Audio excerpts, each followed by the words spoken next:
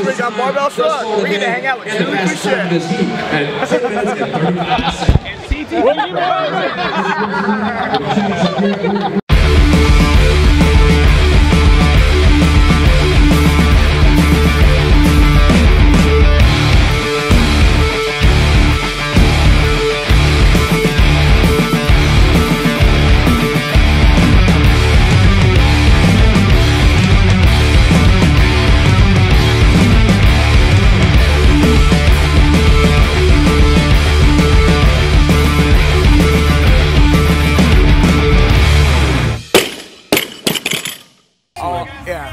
The raspiness, the chicks dig it. It's the old man raspiness.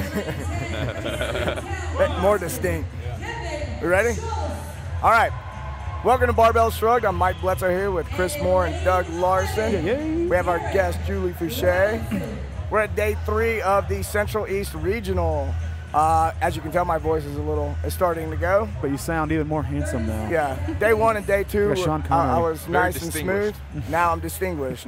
Yeah, exactly. Classic guy. And may I make the first comment on the show? I want to thank Julie for making a certain little boy's dream come true. You? CTP, this is a great day for you, isn't it? She's so gracious. She came. Hey, CTP has worked hard over Twitter to get Julie on the show. You're going to hear it and laugh later. Thank you, Twitter.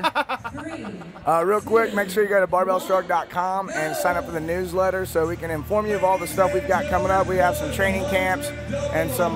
We have the weight gain, the muscle gain challenge starting up next month. So make sure to get on the newsletter so you can be notified of all that stuff we got going on. So, on with the interview. So you've given up competing this past year. I have, yeah. Because I heard that med school is pretty tough. You made that assumption. That's what I heard. Yeah. Well, it was just more time consuming this year, and I decided I want to focus more on school and not have to make that decision about whether I was going to be training or whether I was going to be studying, and not have any regrets about school this year. So. Yeah. What year are you in? I just finished my 2nd year. Okay, so you were in school last year. Yeah. And still did very well. Yeah. And that's pretty fantastic. So it's like 2 years of coursework, then you get more clinical stuff. Exactly. More applied. Exactly. So I just finished my 2nd year, and I take my board exam in 3 weeks, and then I'm actually doing research next year. So. Fantastic. Yeah. We ourselves are scientists and researchers. Yeah. It just happens to be on Meathead Matters and not helping people live longer lives. Well, I guess technically we help that. She gave me that head nod like, is he serious? I'm not sure if he's serious, but I'm going to smile anyway. I don't know what to No, we're totally nod. Scientists. Definitely scientists. Does he not look like a scientist? Especially me. The beard says it all. I'm the head scientist of the group. That's what they call it, right? The head scientist? Here's your science experiment. I don't know if this will work. Coach. Let me chug it. Let me see how tingly I get. So how do you feel like that year off is going to affect you next year? Because you do plan on coming back next year, is that right? Definitely, definitely. I think it was the best decision for me overall if I think about where I want to be a year from now. I definitely am going to have a lot of catching up to do because all these girls have been working so hard all year, but I think overall it was the best choice. So. And I imagine you still train on a pretty regular basis, just not as intense as you probably would if you had competition coming up. Right. I'm just doing a lot less volume, and not competing this year gave me a little bit more freedom to focus more on my weaknesses, so I've really been doing just mostly lifting and trying to get a lot stronger. I was going to say, it could end up being the best thing ever for you because it gives you time to slow down. Like people want to accelerate rapidly towards what they want. Right. And the one thing I say pretty often is that, look, there's nothing wrong with hitting an obstacle or making a decision to do what's right now and slow down because it just sets things in better perspective later on. So for you to have the time to work on weaknesses, what weaknesses you may have, I don't know. But taking the time to nail that out it's an investment to accelerate when you return to it full. Then you'll be just more hungry for it next year. You're That's rested, what I'm recovered. hoping. Yeah. That's what I'm hoping, and I think I'm going to be a lot more motivated. Julie, let me reassure you that will come to. If you can visualize it, you will achieve it. So last year was the first year I saw you compete, and one of the things I noticed was you moved extremely efficient. You know, that's one of the things that made you stand apart. What's your background? Why do you think you move so well? I did gymnastics growing up, which helps a lot. I think that's perfect background. Just being able to have awareness of your body and pick up new skills. And then I have a really great coach who drills the fundamentals all the time, so we're always working on basic movements. Who's your coach? Doug Chapman from Hyperfit USA. I knew that. I just wanted everyone else to know. Yeah. I knew that. I'm cool. Oh, yeah. Someone just sent me an email about that, like saying we should come up to Hyperfit. That's You your should, gym? yeah. Okay. It's fun. Yeah, they were trying to get us to go do training camp up there. I was nearby there last year when they had youth nationals for weightlifting. Okay. And I almost went, but it was still too far from where I was at. So what weaknesses have you been working on, and what have you been doing about them? I've mostly just been working on strength, trying to get a lot stronger. Why does this theme keep coming up on this show? Could it be that it's the most important thing to work on always? Well, it's probably the deficiency that runs, most deep in CrossFit. For sure. Because I think everyone gets introduced to CrossFit on the conditioning side of things. Yeah. So they get sucked in, and then they're like, oh shit, I got to get strong. So, Right. Is that how you got sucked in? You get sucked in with Fran or something like that? Oh yeah, but definitely I loved the Metcons, and then I did that for a couple months, and then when I decided I wanted to compete, my coach had me do just strength for months and months, and I hated it. I just wanted to get back to the Metcons. Oh, really? Yeah. Wow, I'm like the other We're way the total around. for opposite. We're like Now, conditioning. yeah, I've learned to love it now, but So It wasn't what were got you me with Doug in. from the very beginning? yeah. Okay. Yeah. So you started in that facility? Mm-hmm. Oh yeah, lucky. I got so lucky. Yeah, I mean, that's a great gym to start off at. I mean, they've been around for a Absolutely. long time. The coaching there's solid. So. Yeah. It's always nice when something outside of your control just sort of clicks into place and turns out to be one of the better things you could do. It just sort of, Yeah. oh yeah, I happen to be in a really great place. Yeah. It's the only reason she's really successful. She's lucky. Always with, the right place at the right I've got time. to go yeah. that and the genetics, that and the work ethic, that and the good personality. Yeah, I'm lucky. So do you feel like, having done CrossFit, I mean, it's a tough sport, you feel like maybe you deal with med school better than some of the other students? You're like, this isn't that hard compared to doing some of this other shit. I think it's given me a lot more perspective for sure. Just because I have something outside of med school that's really important to me. I make sure I spend time on it, spend time working out, and all the lessons, we all know all the lessons you learn in CrossFit transfer over to everything else. So now I'm studying for my board exam, and I was just making a list of all the reasons why CrossFit and studying for my board exam are the same. They gave me the thought, how, in pop culture, I mean, I kind of considered for a while going to med school, and I was like, I'm not smart enough to go through all the chemistry classes, really. I like biology, but not a lot of damn chemistry and stuff. But you always have in your mind the picture of the med school student who's fried, too much coffee, cramming for exams, being pushed around by dickhead instructors, memorize all this. And they're so just stressed out. So do you think for you it's having the balance, knowing how to organize and manage stress, eating what you need so you give your body a fighting chance to push back against the stress, and understanding recovery? All these kids in grad school with you must be this frazzled all the time and unfit, unhealthy, pasty. They go, yeah, I'm gonna study for my test, make a fucking A. I'm gonna go do a WOD. You wanna come? Wow, Julie's a super person. I don't know about that, but it definitely gives me a lot of perspective and a lot more balance. You study in intervals? Absolutely. Sometimes, yeah. It's easy, you think of it like a WOD, okay. Interval studying. Yeah. Just one more round, you can do it. You could probably do a book on that, famous CrossFitter instructs you how you can go through med school more efficiently. All these idiots are always spending $100,000 a semester on school anyway. They'll throw out $20 for that book. A business idea. I think it's maybe a misconception, or maybe it's real. I feel this way a lot of times when I meet doctors and they say some things. I'm like, I'm like, are they reading the research, or and I know that you have to do that in school. Do you feel like there's a disconnect between trying to heal sick people versus optimizing health, and how do you? I mean, do you guys get nutrition classes? Because I've had some friends that are doctors that say, I had 0 nutrition classes in med school. It's kind of shocking to me.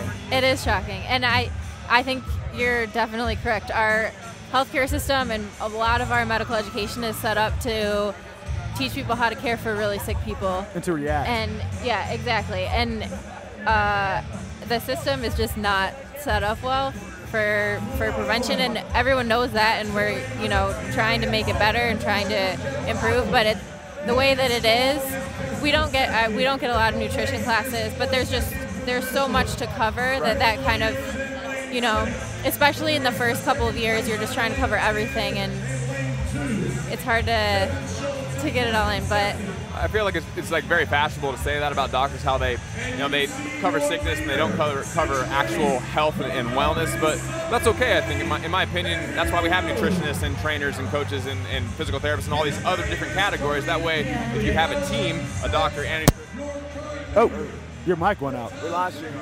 My mic went out. Scandalous. Share it.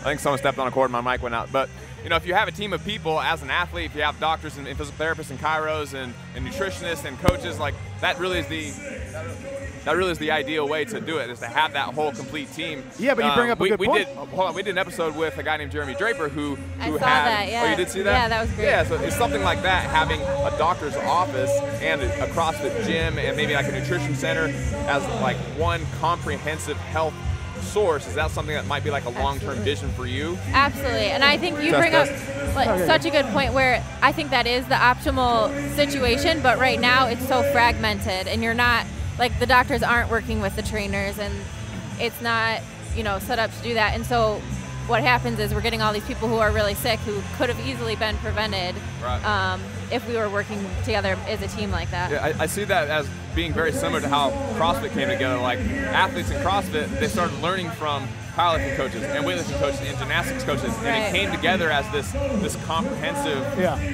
functional fitness health system. And I feel like that same thing could happen in the medical profession, where like they're learning from the same people. They're learning from PTs and they're learning from other doctors, learning from coaches, and it comes together where it's not just sickness anymore. It really is pure wellness.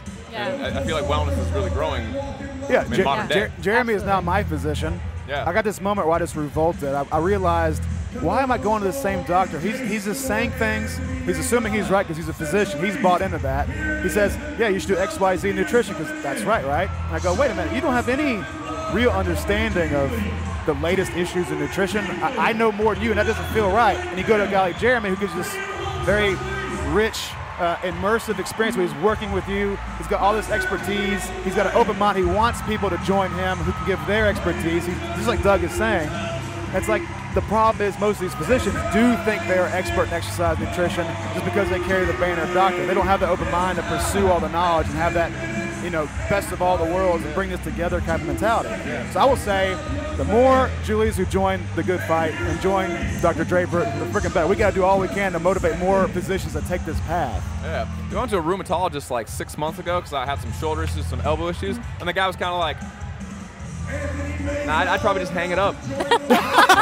I'm not fucking around. It was like a 2-minute consult. He kind of like did like a Bobby, $500. You have your insurance card? That's how it was too. He didn't do shit. Told me just not to work out and train hard anymore. Take Advil. And he charged me like $500, and I went home and I was like, that was fucking worthless. And I never went back to see that guy ever again. I think it's. Yeah. I mean, I think a lot of people like to try to maybe demonize the doctors, but like you were saying earlier, it's the system. The system's kind of like forming the education side of things, and I think all the doctors go into it with good intentions. Absolutely. But the system is just working against you in a way. And because there's so much bureaucracy in the medical world, like, it's illegal to like do some things that might work. And so like where there might be really quick advances with strength and conditioning and physical therapy and and like what they were talking about, like everything working together, I feel like that might be kind of tough in the medical world just because of all the bureaucracy and the laws that apply, and that we don't have any. There's really no laws, that we have to abide by as strength and conditioning. We need less rules. But you probably have a shit ton of rules that you have to go by, right? Right. Yeah, I think there's definitely a lot of obstacles, and it is true. Even being 2 years into medical school, you see a lot of people. Like the more I'm exposed to it, the more I see that everyone goes into it with all the right intentions, but sometimes the system just doesn't.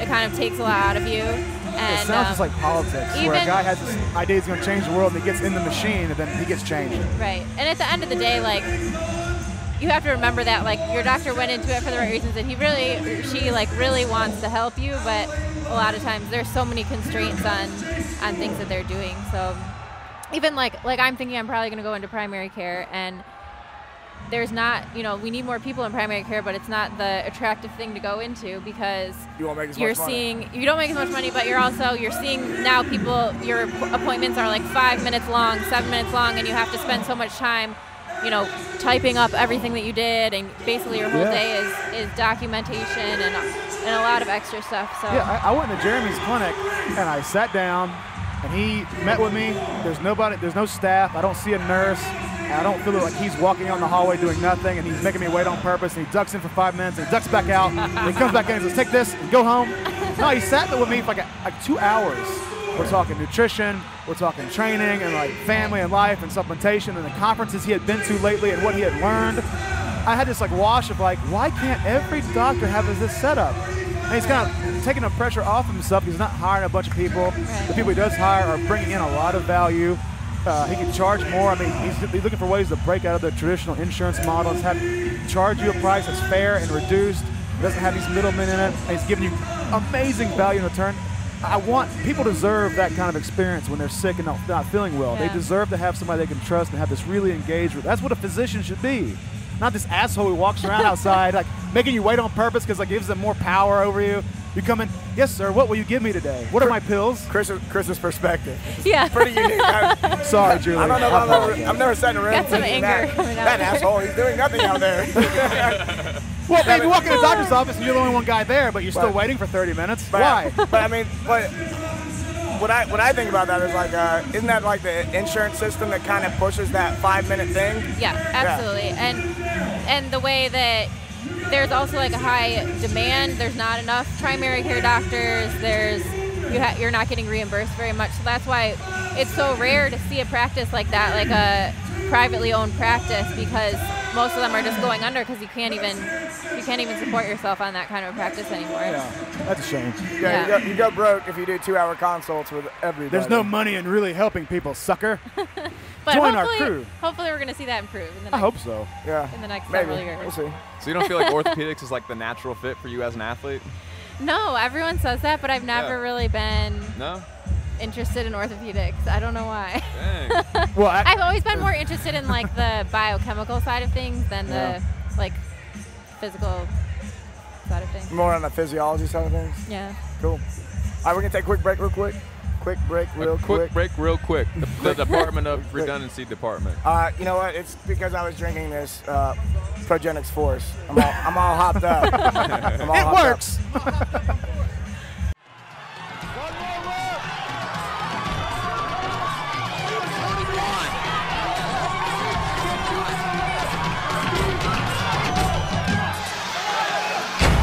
Jason Khalifa, CrossFit Games champion. Jason Khalifa, ladies and gentlemen, the 2008 CrossFit Games champion.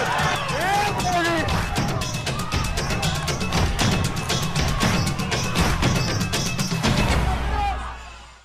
All right, hanging out here with AJ from the 6-month muscle gain challenge. Kind of what's your progress been like? So far, or what do you think? Strength has been amazing. I've PR'd on my back squat so far. Weight's been up. I've been the heaviest. I'm 155. I know it's not a lot, but it's about 5 pounds in about 5 weeks. All my movements have been a lot better, just with all the technique wads that we've been getting, just getting that first pull, second pull, right on spot. So I feel like, I haven't 1 rep max in a little while, but I feel like just a lot stronger every single day. Yeah. I feel like if I attempted some heavier weight, I would be able to get it up. It might not be the prettiest thing, but I'd still be able to get it up. Whereas before, I couldn't even walk up to that bar. Yeah. So I'm just feeling stronger. I was telling my Pedro, who's also in the program as well, like I just feel a lot more, confident, approaching heavier weights now, because it's just like, we're really building a strength base. So it's great. First of all, the Facebook group's awesome because we can kind of like communicate with everybody. So just having that feedback with everyone, how everyone's doing, it kind of pushes us. I know because we work out later in the evening, we see people's times, we see people what they're pushing, so we try to push it even harder. The emails that come from Doug every morning, they're always like, 1 a.m. is perfect. You can't, complain about that. Never miss a day. So we got our workouts ready to go, and also the whole week's workouts. So it's not just one given day. So we can plan out for the whole week, which is perfect. Gotta love the rest days. That's all programmed in there. And then really just the feedback that we get if we post questions. Like Chris is there, Doug's there, you know, Mike chimes in. Like everyone's always there to chime in. If you have a question, I don't think like it's been longer than like 12 hours before we get a response. So the next day you're ready to go. And you know, me personally, if I'm hurt, I can email Doug, and Doug's just responding like within the next couple hours on what exactly I should do. So the structure of it is, you know, it's great. Like you can't ask for a better kind of program thus far. I mean, it's the first month. You know, we got 5 more months, but I see like people, you know, skyrocketing to their full potential. So. All right, we're back. We have Julie Foucher on the show, and hopefully you're enjoying the interview. I am.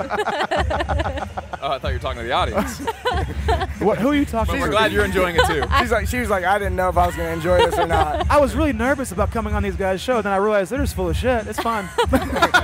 Hey, I think you approached it better than CJ Martin yesterday. CJ was like, He sat down a like little. he was like, didn't know what to expect. Like, what are these guys going to ask I me? think he asked me something crazy. He was like, oh no, we're just going to bullshit for 45 minutes. So, And a couple pearls thrown in there for good measure. yeah, Good. it was good. So have you trial run all these WODs just so you can like go back after everyone else finishes and kind of see where you end up? Like, I beat you. I actually haven't. I did one, but I'm gonna wait until I get back more into training before I do them again, I think. Is it true that you did all the open WODs in one day? I did them over the course of 2 days or 3 days. Oh, okay. I did it was like 36 hours. So nothing crazy. No. Sounds nothing pretty too crazy to bad. me. I mean, doing one in one day is pretty tough for me. Yeah, I've done none any days. Gravity rides me too hard to do these things. God bless these athletes. God bless them all. Gravity rides me too hard. Yeah. It's rough being 300 pounds. It is. So what's your training schedule look like right now since you're like way off season? Yeah, I'm just like so focused on studying for my exam, so usually 4 or 5 days a week, like an hour, 2 hours working out. Isn't it fun? Just 5 days a I'm week, not really 2 hours. training that hard now. It's kind of embarrassing. How much training? Like 5 days a week for 2 hours a day. It's kind of, I'm sorry. It's what the Surgeon General says, times 6. Oh, man. Actually, what do you think about that? Like Surgeon General's recommendation for, you know, working out 3 times a week for 30 minutes at a low intensity pace, like Walking. Right. do they tell you to tell your clients that? What does the medical world advise you to say? I mean, always more exercise is better. Pretty much every time you see a patient, you want to encourage them to keep being active. But yeah, there are certain standard recommendations that certain, like the ADA will recommend, or the safest, lowest risk possible recommendation that anybody could ever make to anyone. Just go for a walk and for 30 minutes sometimes. You'll live longer. It's like read a magazine when you take a shit, you'll be really smart. Make sure you do it every time, though. 3 to 5 times a day, depending on how much fiber How you much get in your fiber diet. you're Yeah. So you're the derailer that time, though. I was. Yeah. Usually I'm not the derailer. Usually these guys are taking us way off track. And I'm trying to keep us on track. Okay. I don't derail. You've been really good lately. I have been. The show has evolved. I've just been keeping my mouth shut. It's good policy for See, you. right here. Just like that. Just like that. Yeah. So when Julie, when will you resume the competitive, get the fire going again, set the goals, identify a competition? When will that happen? As soon as my exam is over. When is so the exam? in 3 weeks. 3 weeks. Yeah. We're coming down to the wire now. I know. You're going to start training for 2014 in 3 weeks? Oh yeah.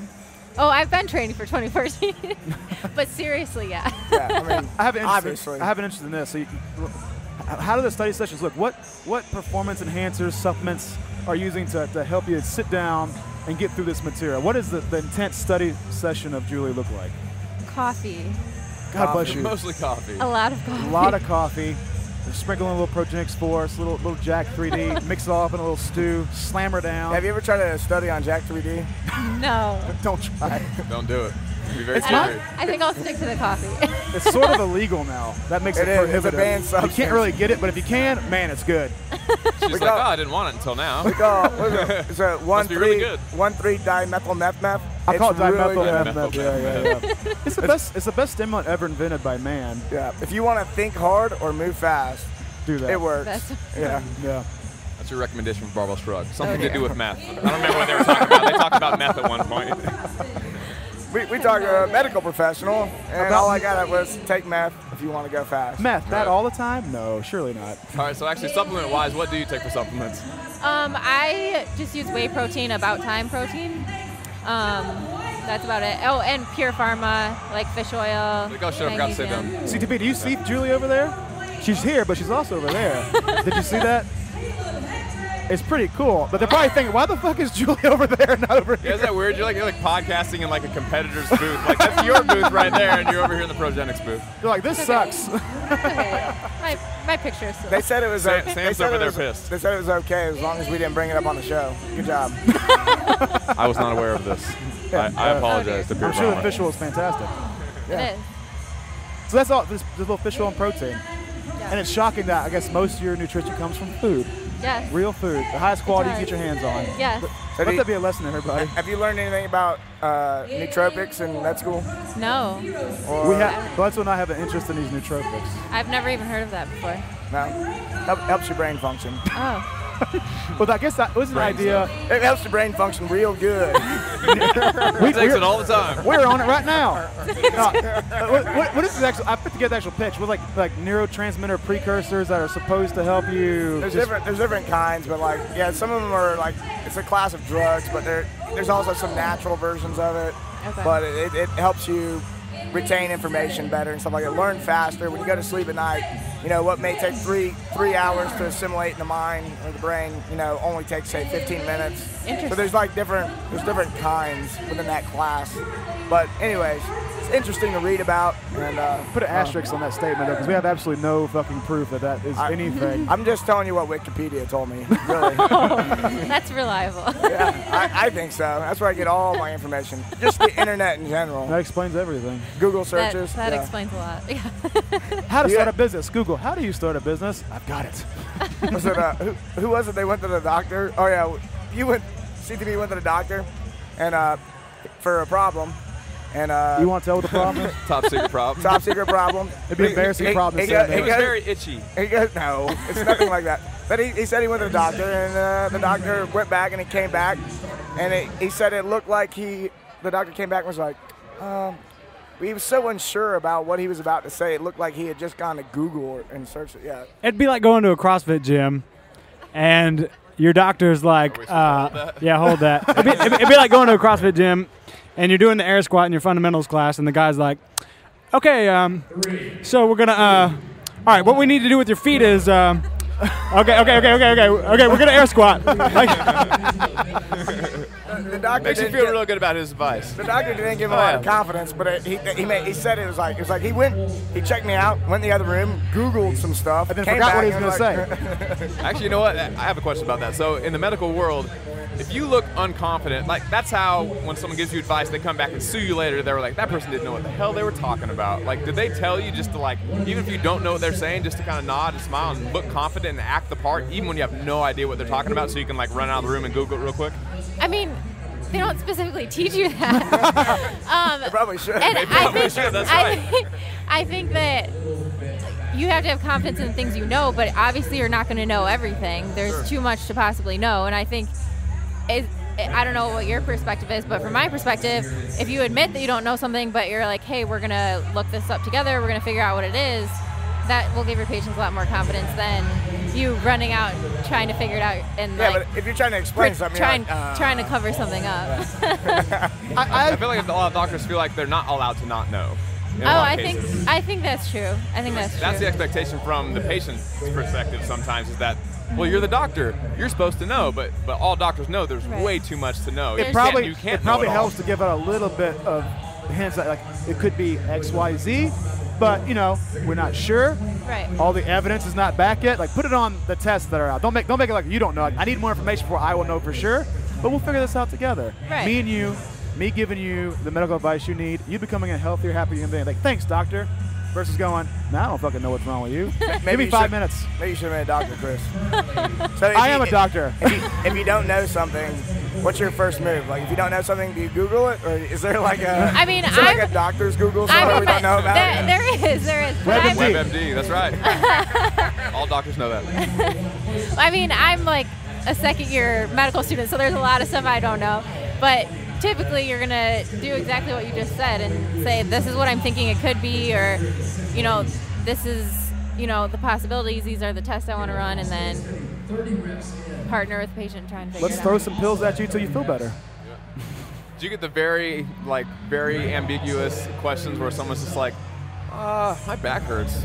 What do you think it is? people give that to trainers all the time. Like, they got to come to you like, my head kind of hurts. What do you think's wrong with me? You're like, I'm a doctor, not a psychic. I got to run tests, and I need blood work, and we have scanners, and like, you can't just like magically know what it is. But I bet you're getting that even now, even as a second-year med student. Sure. Everyone comes in with different complaints, but I mean, I'm not even in the clinic that much. Only like I just mean like when you're walking around, like your family members call you on the phone, like my wrist kind of hurts. What do you think's wrong? My niece Julie's a doctor. She can tell me what's going on with me. My ankle's swollen. What's that? Well, what did you do to your ankle?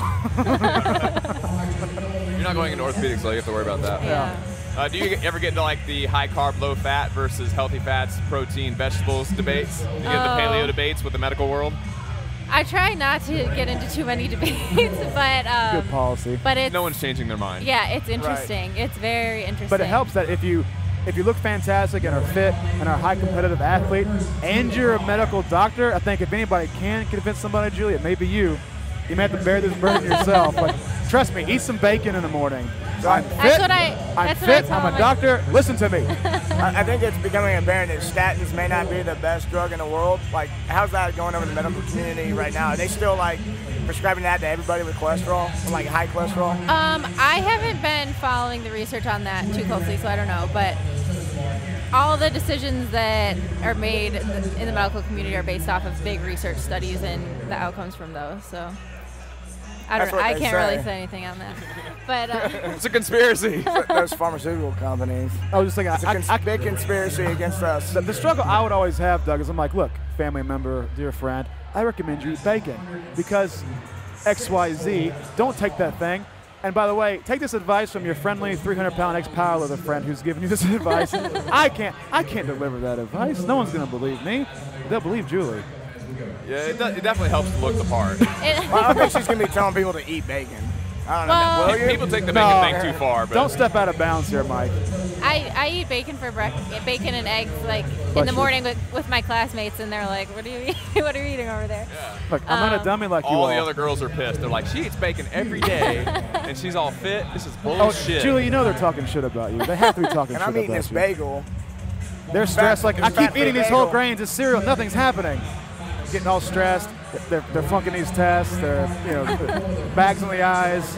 No passion to put that makeup on in the morning. And here you are, like glowing, coming from a WOD, 6 a.m., crushing bacon and eggs. I'll see you guys in class. That bitch. Not quite like that. You can see I'm very imaginative. I'm creating your whole world in my mind. I can tell. I'm making all these assumptions and just running with it. Chris tends to make assumptions. It's so fun. If you haven't figured it out by now, this show should be no question. No question. The views and opinions of Chris Moore, not necessarily those of Barbell Shrugged. CTP put an asterisk in there, this disclaimer whenever I talk ever. So what's your favorite midnight snack for all-night studying sessions? Coffee all night, I'm assuming. I try not to stay up super late, actually, but You haven't pulled any all-nighters in medical school? no. No? That's not. I haven't done that since college, no. No Well, big Adderall in my program, we actually don't have any tests. Whoa. Did you not just say you had to wait until your tests were over? Well, this is my board boards. exam, yeah. But I haven't taken any tests for the last 2 years, so there hasn't been a lot of cramming sessions. My kind of school. Yeah, that sounds awesome. I could have done medical school. I didn't even know it. Well, no, but Mike, remember, she's doing things that are very hard that you can't do, though. Yeah, there's no practical test, but are you going to be able to talk to patients and convey a sense of professionalism and knowledge? No, absolutely not. You're hosting a radio show. Let's not get it twisted. Don't get too excited. But I do like that. Like, the problem with the test, like any test, like somebody picks from a scattered information what they will require of you. Like, okay, I'm going to pick things that will represent her body of knowledge versus just observing you, working with patients for a certain amount of hours, and you just demonstrating over and over and over again that you are understanding the material. Like, there's no unnecessary pressure to just learn a few things that will come at you at random and keep your eyes on facts as opposed to concepts that you will apply to treating people better. Absolutely. Like, demonstrate your knowledge of anatomy, demonstrate your knowledge of medicine and ideas. Don't just get caught with, I'm going to ask you 100 questions from this thousands and thousands of pages of stuff you looked at. Let's see if you get lucky and get the ones you might get right. That's not what a good physician is made by. You got to have this immersive. I love that. Yeah, it's been really interesting, and it was definitely difficult to get used to, just because all through school you're used to taking tests. Yeah. But it's a lot more real life. Like in real life, you're not going to have tests to force you, to motivate you to study, and I think it allows you to really learn the concepts and integrate all of that, and not be focused on what do I need to do to get a good grade, but what do I need to do to understand this. You don't have deadlines? We still have some deadlines, yeah, but it's different. We have, instead of grades, we do this portfolio, which basically throughout the whole year we're evaluated by our peers and by our faculty members, written feedback on everything we do in like small group sessions or whenever we're working with patients. And then at the end of the year we write basically a huge essay trying to convince our promotions committee this is why I've met all the standards that I have to meet to move on to the next year. This sounds a lot better than regular school. Yeah, so it's fantastic. really cool, and you basically can set goals. You can say, okay, this is where I need to work on, this is what I'm going to do to improve, and then you work from there. And it's on things all over the map, not just medical knowledge, but professionalism, communication skills, research, all these different competencies. So it's been an awesome experience so far. Has there been anything from the medical world that you've learned in your 2 years of schooling that's really helped you as a CrossFit athlete? Like anything new and novel that you were like, wow, I didn't really think I was going to get that from the medical world, but it totally helped me? I don't know, like specifically with CrossFit training or anything, but Probably just the experience of going through it and having success. Like, man, I'm confident that like no matter what I take on, like just diligence and working at it and achieving balance and keeping everything in perspective, I can just make it through whatever I set my mind on. That's probably the really awesome lesson of it. And I think it's good too to not be so focused on CrossFit that that's all I do, that you can get so wrapped up in training that it's nice to have something else to focus on and be able to get my mind off it whenever I'm nervous about a competition or something else. Yeah. I don't spend too much time thinking about it. It's like Rogan stressed on his podcast, like having that a human needs some release physically. Like you got to use your body and express force and do what it is programmed to do. And if you can do that daily, then everything else you'll hit harder because you had that release. And now you can focus wholeheartedly on what you're doing. But those people who sit around and never use their body, hey, your mind is active, but it's too active. It's attached to preoccupations and all these ideas about what you need, but it never gets a physical release. You never have that balance. It's crazy that more people don't recognize something that's so obvious. Like how can you deal with stress if you don't just get all this out? Yeah. And then you can sit back in a chair and read a book and be at peace when you read the book. And I can see how people do it because it sucks, right? Working out is painful, but like once you start doing it and you realize how good you feel, then you realize how important it is. So yeah, absolutely. You guys put out a book, you and Doug, about your training. Well, is that right? Doug put out a book, yeah. Okay. It's basically just all the programming that we did last year. So it's not anything beyond that. Basically just every single day what we did from the warm-up all the way through workout, skill sets, everything. Just for people to reference or get ideas from or see what we did. I haven't seen the book, so is what you did every day for an entire year? Is there explanations about why changes were made or why you did certain things? No, it's basically just the programming. It's pretty straightforward. There's like a small intro that Doug did, but I think maybe in the future he might write something more about the thought behind it and the strategy. But you didn't have any little sections in there where you put some notes, or like where you wrote a little section that talked about your training at all? Or like your diary entry, dear diary, this one sucked. This one was lame as hell. No, I wrote forward for it, so I basically just wrote about overall my experience over the last few years. What's the name of the book? And where can I get it if I want it? You can buy it on Amazon.com. Search Julie. Just search. I don't even remember what the title is, but if you search Doug Chapman training for the CrossFit Games or something like that. Yeah, I think Julie. Doug's watching this right now, like, dang it, she doesn't even know the name. You know what? I'm not going to sell any This is true. I think I myself also have a book on Amazon. I think underneath it says you might also be interested in, and I think I saw that book, Training for the CrossFit Games. Go. Yeah, I think it's right underneath. Yeah. It's probably associated on Amazon. Yeah, because CrossFit are the same keywords. Right. And whatever. Right. Cool. Yeah. Well, I think we're going to wrap this up. Thanks for coming on the show. Really Thank appreciate it. We had a great time. Thank you for being patient with us, Julie. We had a great time, right? Yeah. And again, thank you and thank you to the Make-A-Wish Foundation for making CTP's dream come true. Is there, before you guys, anything you want to promote? Sponsors, gyms, websites? Sponsors, already talked about Pure Pharma, who has been awesome to me, About Time, Arts, Jump Ropes, and Reebok, of course. Thank you, Reebok. Thank you to all of them. Your webpage? I have a blog. Okay. Yeah. Do you want to promote your blog? Sure. Okay. I have a blog. I'm sure Nobody read it. Nobody look at it. It's I don't post very often, so that's one of my goals for next year, to post more often. Is this your training log, more or less? No, it's mostly just random thoughts from my brain. Okay. Just be on Barbell Buddha. Random thoughts. I will. But I will warn you ahead of time that it'll be very random thoughts. It'll be only the kind of crap I talk about. I'll try to behave if I ever get you on, Julie. I apologize ahead of time. Speaking of that, you want to go ahead and plug yourself? Yeah, I'll plug myself. So Yeah, Progress go is plug on. yourself. Yeah, Progress, the book I wrote, is on iTunes and Amazon. Go check it out. I think you'll like it. Again, it's been labeled as exquisite, and you don't hear that word thrown around lightly.